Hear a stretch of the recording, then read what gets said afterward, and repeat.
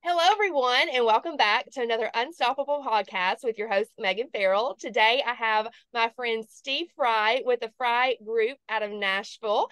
And Steve has done some amazing things in this real estate market and has even brought his family in on board as well. And I cannot wait for him to share his story. I don't want to go in to steal his thunder. So, Steve, welcome and tell us a little bit about yourself. Tell everybody in our audience who Steve Frye is.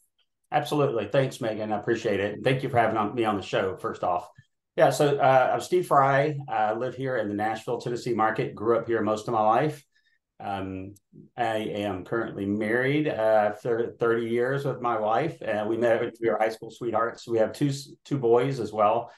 Both of them are actually realtors that work under my team now. One's 26, his name's Logan, and one is 23, Bailey. So we have our own little, as you mentioned before, we have our own little Frye group, real estate team that we work not only just the Nashville market, but kind of all over the Middle Tennessee area. I did that initially, not by design, but also to try to just get as much business as I could when I first got into this world. Switched over from corporate finance a few years ago, but I kind of cast my net pretty wide when I first got into the market. Of course, trying to get as much business as possible, and that kind of stuck a little bit. That's good and bad. I mean, we've had a lot of success. We've had a lot of business, and but at the same time, I mean, we're kind of known now to kind of go all over the Middle Tennessee market. So that's like I said, good and bad things. Right. You're everywhere. Yeah, Sure. everywhere. Yeah. That's awesome. Well, yes, and we'll give people the links to how to find you after we get through this podcast here too, because they can just really read your credentials and what you've done. But some of the things that have really stood out to me when you see your bio over is in 4 years. I mean, the amount of the money in real estate that you have done, the amount of homes, 200 plus properties. I mean, that is amazing. In Yeah. mentorship, I'm sure you get asked a lot by people, especially you've been when markets are high, when markets are slower, and how you push through and still had a very successful business. One question I want to ask, because some people that I know are thinking, do I stay in real estate? Do I get out of real estate? Do I get my license? What is your analysis on what's going on in the market today, and what you give somebody that's really not been as busy or successful as you in the market? Sure. Yeah. And I get that, like you said, I get that question pretty often. I mean, when I first got in the market, I had a corporate finance background. So I do feel like that having that corporate experience and organization kind of did help getting into the real estate game. I mean, from the outside looking in, real estate looks fun, and it is fun. It can be fun. There's a lot of great networking. You get to work with your friends and family sometimes, and you get to see some cool houses, and you just get to experience a lot of great things. It's also a lot of work, and I think everybody doesn't get that until they actually get into the business. There's an array of things that can happen. I mean, there's any which way the deal can go bad, it does. So you've always got to be ready, and you also have to be really prepared and experienced to be able to navigate your clients kind of through those areas.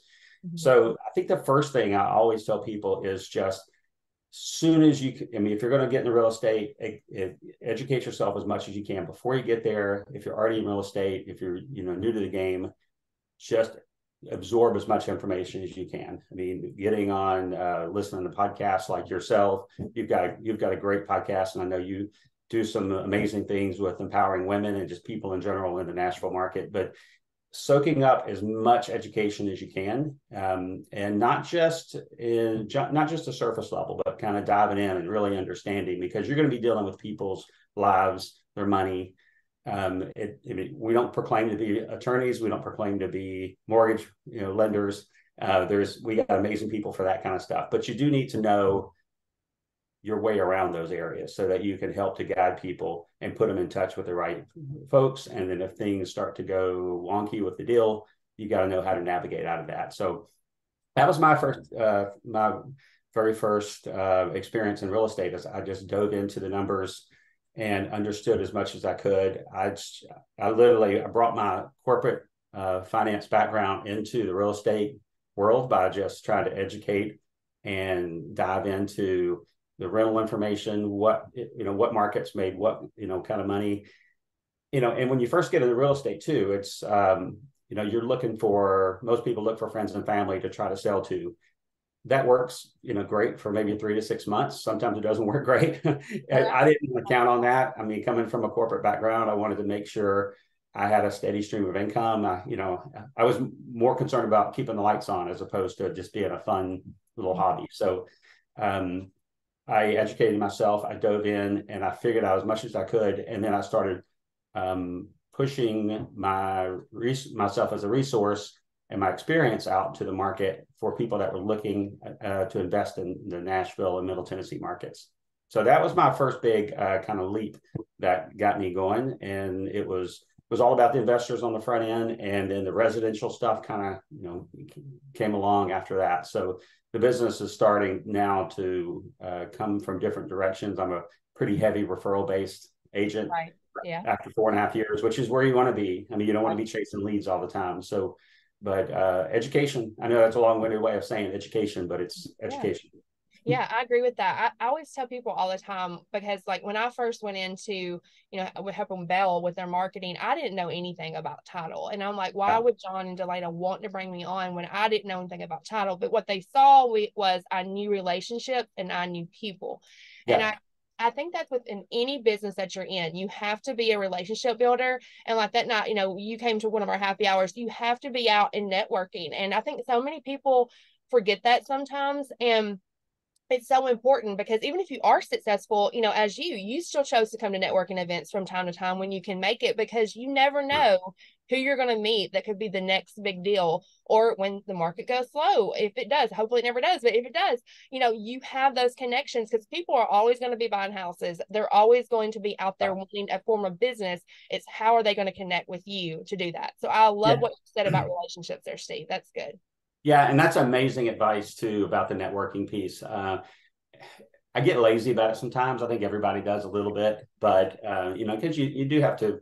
I enjoy it. I'm a pretty extroverted person. I like getting out there and talking, but after you've been out all day and then you come home at 4 and there's a networking meeting across town at 6, you just have to you have to make sure you can you keep their motivation and energy up for those types of events. Every time I network, I go to social events and these meetups, my business prospers from it. I mean, it's always, I meet great people, I get good information. Sometimes I just learn new information, and it's not always an instant gratification thing. Sometimes it's people that I'm connected with that connect me to other people, and you start to see that after a couple of years in real estate. I mean, real estate's definitely not an instant gratification kind of business. You definitely have to foster, create those relationships, foster them over time, and it all start coming to you. But it does take several years usually for most people to kind of get going. I got lucky in the fact that I went after investors and it worked, and anybody can do that. I mean, I recommend that to everybody. I mean, learn the investor world, know what because they're smart folks, know what they're going to be asking about, and just be a resource. And it's not as much of a sales game. It's more of a let's match game. It's like, let's connect you with the right properties. And if you've got enough of a buyer network, then if the right property comes along, let's throw it out to 20 guys. And I do that all the time. I throw it out to 15, 20 people and say, who wants this, to effectively. Right. And it's worked over the years. I mean, it doesn't always work, but it works. Yeah, absolutely. I love that piece, that part of it too, because I find with me throwing networking events now, a lot of the ones that don't show up are like, well, things are slow, I don't really have the money to get out and things like that. Yeah.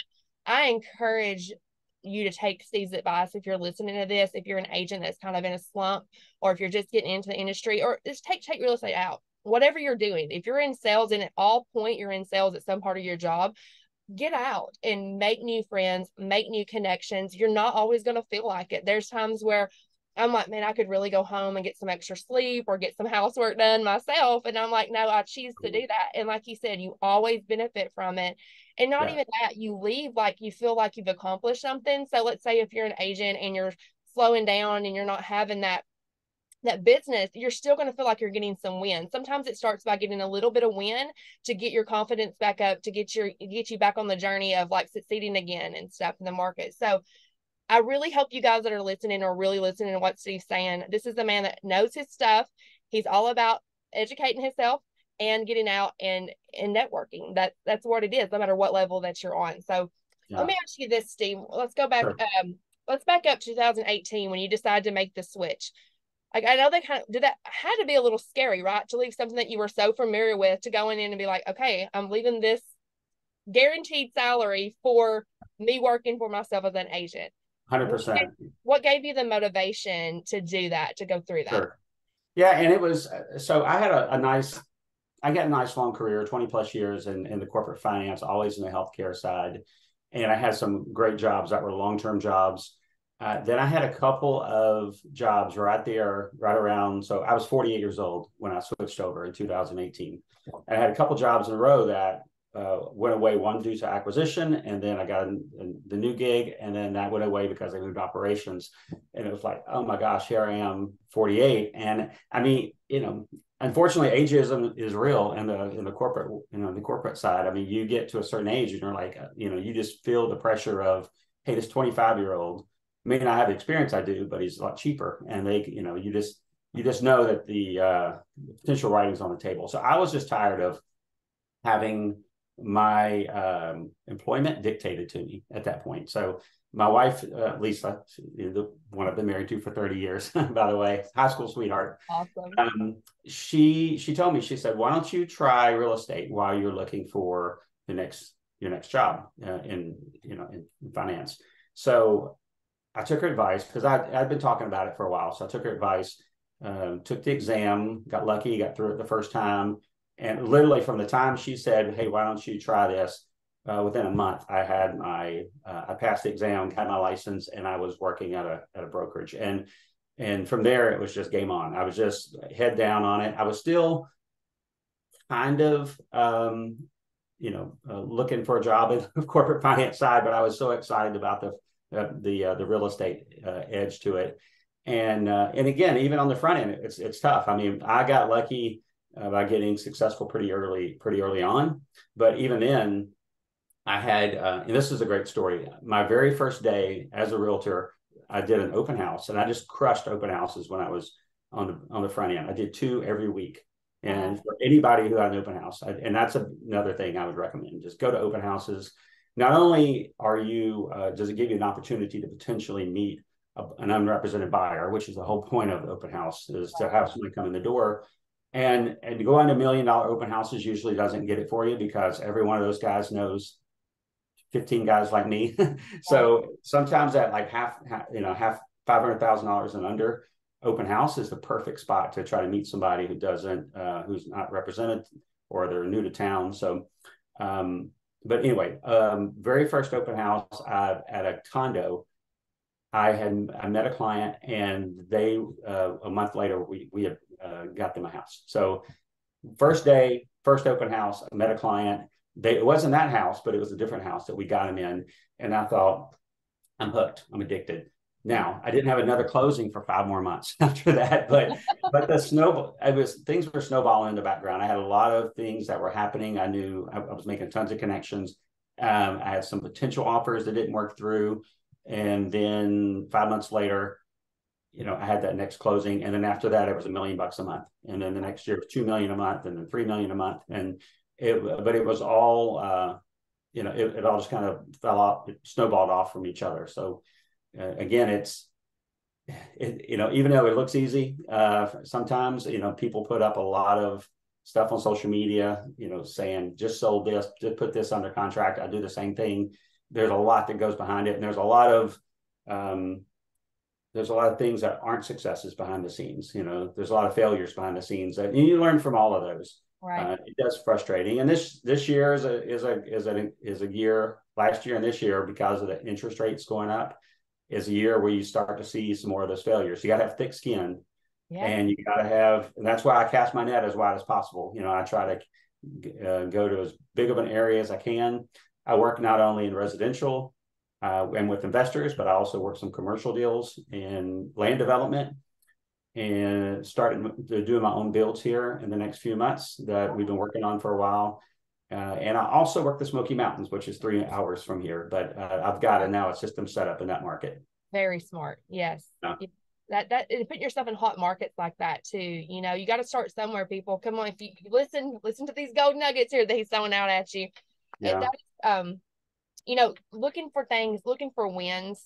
Sometimes, like you said, I mean, like when you started, you said it might have been, what was you said, 5 months until your next commission check or Yes. your first one. I mean, there Yes. have to be times where you're like, man, did I make the right decision or not? But you stuck with it. And I think 100%. Yeah. I think so many people, Steve, they get so close to like almost getting there. And then Yeah. they get so discouraged that they just don't stick it out a little bit longer to get them through the finish line. And that's where all the abundance is. And the abundance mindset, I'm all about that versus scarcity mindset. But, Yeah. not only that, you have brought your 2 children on with you now that is helping the Frye group, which that has to be a proud dad moment, like a full circle moment to have your kids on board with you.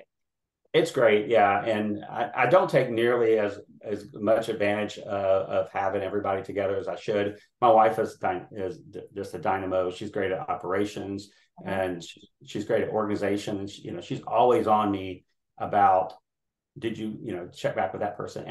And you get so busy, you just it's difficult sometimes to just stay on top of everything. But I've got amazing resources around me, and it's my fault for not always leveraging them the way I should.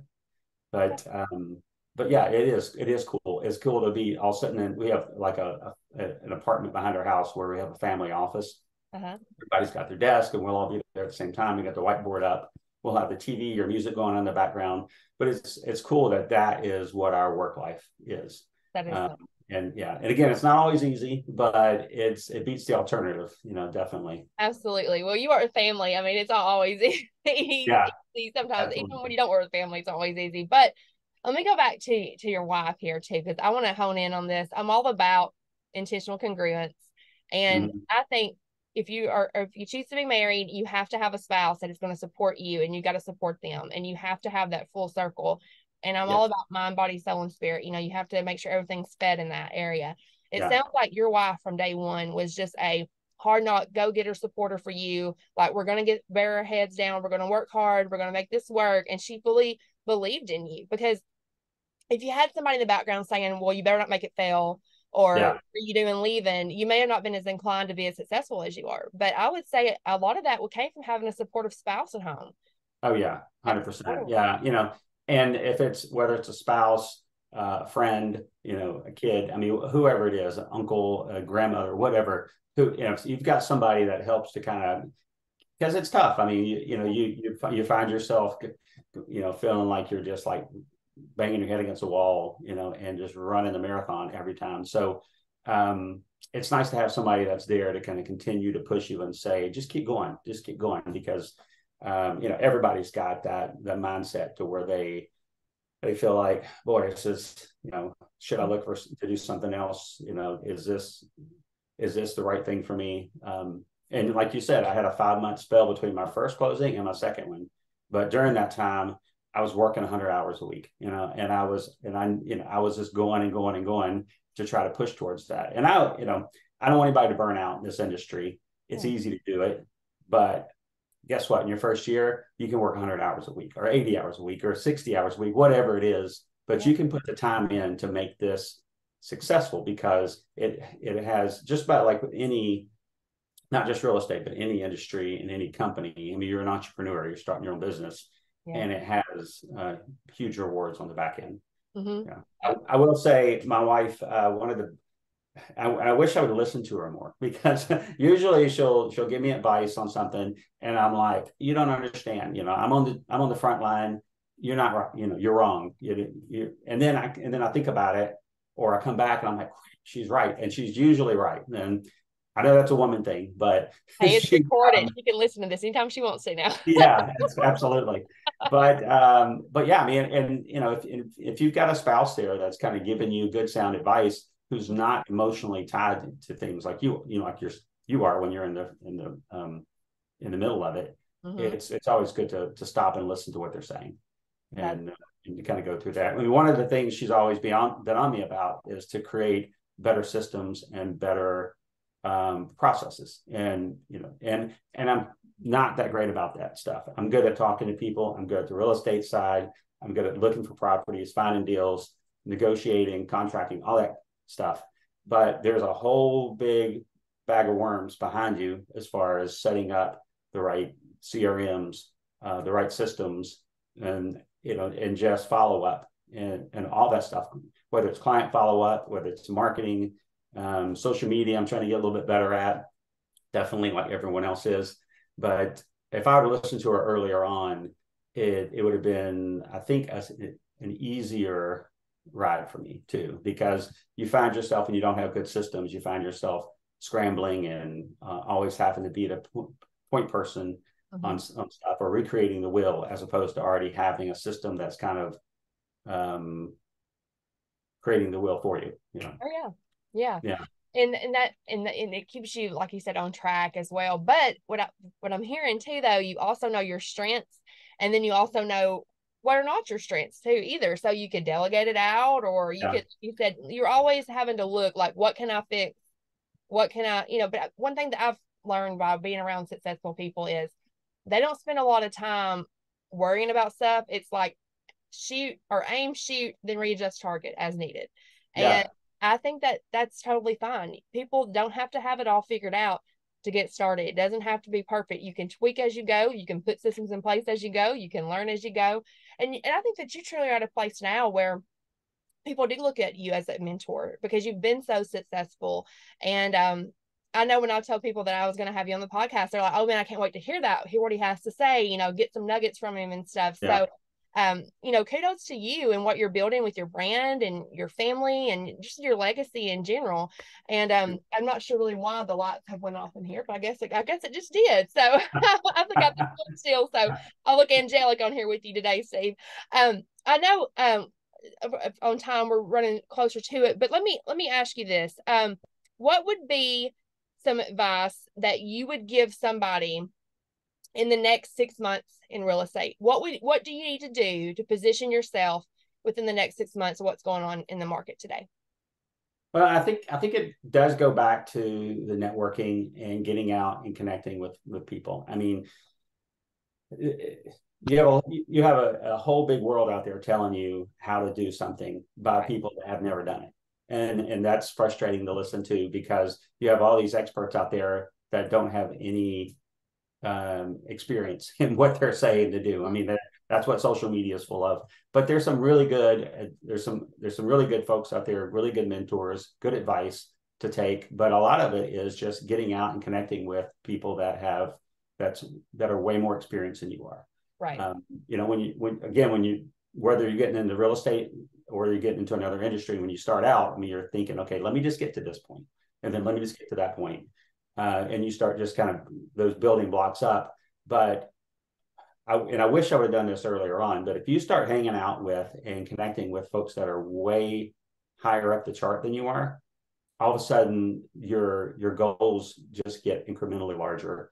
But you're also around people that are giving you the right advice, so you don't spend 6 months, doing the wrong thing, or taking bad advice, or doing lead generation where you shouldn't have done it because it's easier to do it this way. So there's plenty of people out there that aren't always up for sharing information, but there's a whole lot more people that are willing to give you advice and, kind of be a mentor. And it doesn't have to be a formal setting. It could just be a friend group, and it could be, hey, can you introduce me to this guy? I know you know this person. Can you introduce me to that guy? And let's get together and talk shop. That's there's so much to learn from that, and I feel like that advances everyone's learning curve and in business so much. I love that. You always got to be in rooms with bigger people. That is when I think my career has really took off or really helped me. Would be when I got in rooms where these people were making, easily $1 million a week. Some not all of them, but some of them. Sure. And I looked at their lifestyle, and I looked at their hustle, and I looked at what they did. And my question to them was like, well, tell me your routine. Like, what does your morning routine look like? What does your daily routine look like? Because I knew that these people weren't playing around. And by doing that, it kind of exposed me and made me think bigger, because so many people we don't know what we don't know.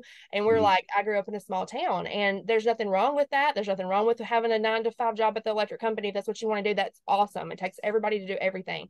Yeah. Ones that are entrepreneurs and they work crazy hours and they do things, you kind of need to have that guidance. And by being in rooms with people, if you're the smartest one in the room, I totally disagree with that. I think that you need to be, like you said, put yourself in rooms that people that are thinking bigger, that are Yeah. doing bigger things, because there's always going to be somebody that is, and it's going to keep you learning and eager to grow as well. Mhm. Absolutely. Yeah, I love that. Absolutely. Well, Steve, I appreciate you. I always end the podcast with, what does it mean for you to be unstoppable? What does unstoppable mean to you?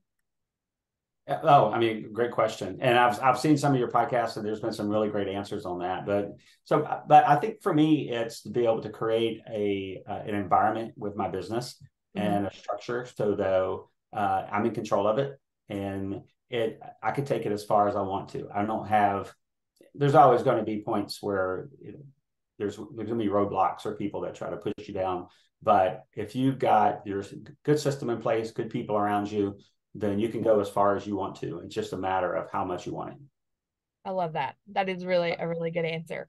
Well, everyone, this is Steve Frye, and how can they find you online? Can you tell them how to get to your website and your socials? Yep, absolutely. So our website is fryegroupnashville.com. We're actually just actually changing it over, and so we're updating it even more than we had before. But please go visit it. It's got some really cool animation to it, and some good search features on it for looking at properties. You can reach all of us naturally through that website. I'm on Instagram as well, Steve Frye Nashville, and Facebook. So all the socials. And if you want to reach me by email, it's steve@fryegroupnashville.com, and Frye is Frye. Awesome. And you've even got your active properties on there. I was looking at them today. I was like, oh, nice. Very nice. Very nice. But well, thank you so much. And you guys stay tuned to our next episode coming soon. Thank you.